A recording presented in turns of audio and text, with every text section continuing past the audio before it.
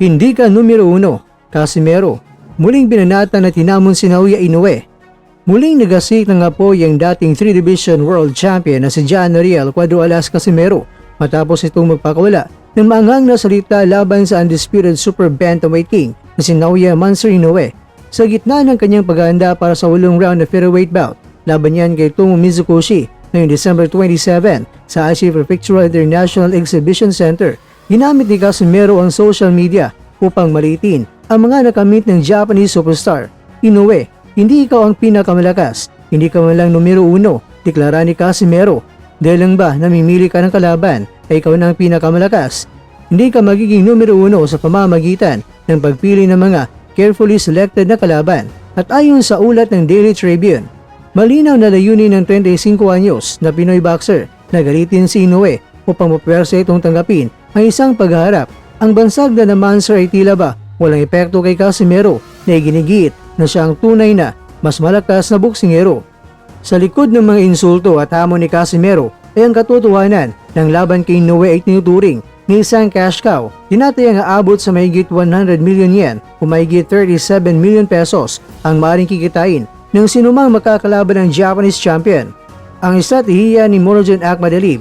Naniniwala ang mga eksperto na ginagaya ni Casimero ang ginawa ni Murodjon Akhmadalib ng Uzbekistan. Si Akhmadalib ay gumagamit din ng matitinding provocation upang makuha ang atensyon ni Inoue at mapabilis ang matchmaking negotiations. Gayunpaman, tila malabo pa ang tsansang ito para sa Pinoy. Status ni Inoue. Sa kaslukuyang nakatuon ang atensyon ni Inoue sa ibang mga kalaban at tila hindi pinapansin ang hirit ni Casimero. Ang balakid, ayon sa ilang international media outlets, hindi prioridad ng kampo ni Inoue si Casimero dahil sa mga issue raw sa timbang at disiplina noong mga nakaraang taon. Habang maingay si Casimero mga kwento at binabanatan si Inoue, itong si Inoue ay kalmado at patuloy ang kanyang paghanda laban niyan kay Alan Picasso Romero sa Saudi Arabia. Binigyan din ni Inoue ang kanyang respeto sa kalaban at nilinaw ang mga issue sa likod ng pagkakaantala ng kanyang laban noong Mayo. Hindi tumatakas si Picasso, usapin lang ito ng fight money, paliwanag ni Inoue. Noong una ay sa Saudi Arabia ang usapan pero kung ilipat ito sa Las Vegas, magbabago ang halaga. Ito ang naging desisyon ng kampo ni Picasso at nire-respeto ko yun.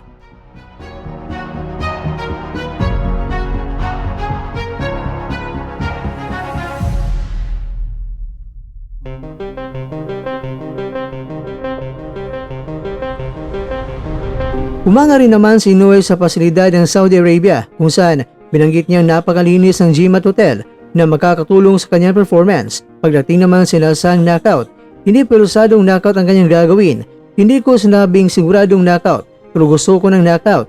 Tingnan ko ang daloy at timing sa mismong araw ng laban. Ayon kay Inoue, hindi siya magpapakita ng magaspang o marahas na boxing. Sa halip, dahil siya ipakita ang isang solid at magandang laban. Mga kwento, habang pinipilit na kinukuha ni Casimero ang atensyon ni Inoue sa pamamagitan ng ingay, ang Mansour naman ay abala sa pagpapakita ng gilas at disiplina at syempre respeto. Ito raw ang mga katangiang nagpapanatili sa kanya sa tuktok ng mundo ng boxing. Bagamat itong si Tomo Mizukoshi ay makakalaban ni Casimero sa Japan, pero ang mga media, si Casimero at Inoue pa rin ang pinag-uusapan.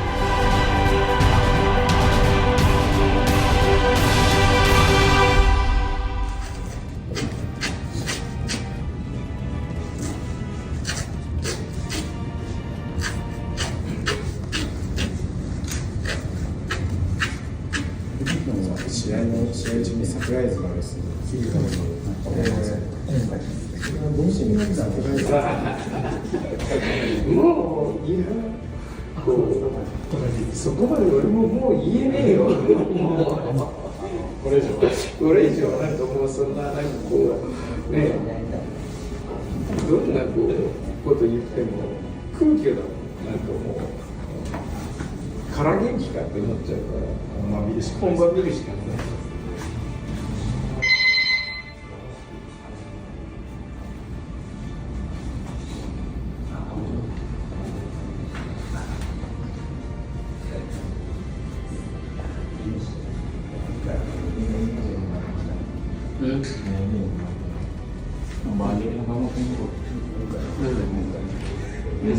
This means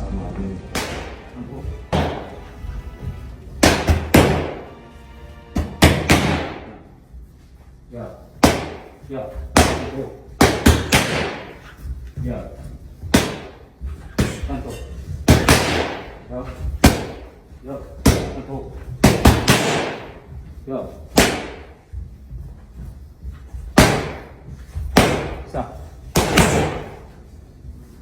Sa. お前みたいな犯罪が何人かいるじゃんか。やってきたのかな。そうそうそう。もちろんもちろん。もちろん。だからあくまで。Tanto. Ya. Ya. Dua. Tanto. Ya. Ya. Kejap situ. Ya. Awak.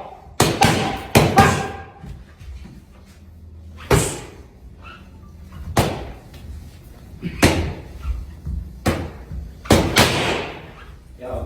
Awak. Tanto. Kejap situ. Terus. Terus.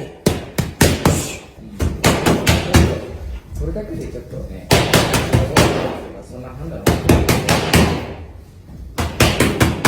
とそういうところもかけてる様子とかも見えると、ああ、なんか今回は違うんだなとか。Tanto. Kau ada nama tu?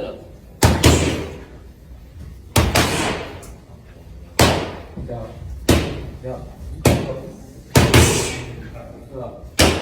じゃあ、 Kau jadi. Tanto. Ano ba ba? Tanto. Na, sige na yan.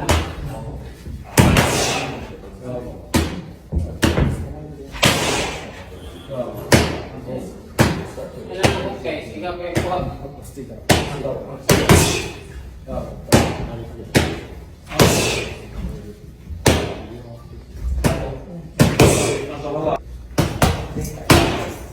こうやって止まったら、彼、これを彼にどう選手って。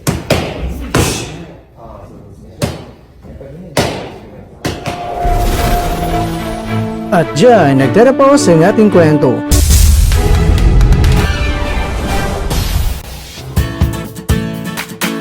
Maraming salamat mga kakwento sa inyong panonood. Pero baka naman mga kakwento ay nagustuhan niyo po ang kwento natin ngayon. Baka pwede niyo po akong mabigyan dyan ng like, subscribe at pa-click na rin sa bell button.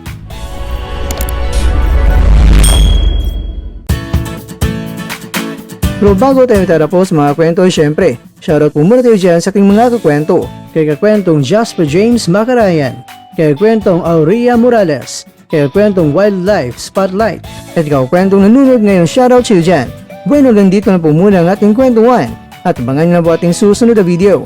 At dito lang po yan sa isang channel na kung saan maaring ito'y mga kwentong di pa na kwento sa inyo.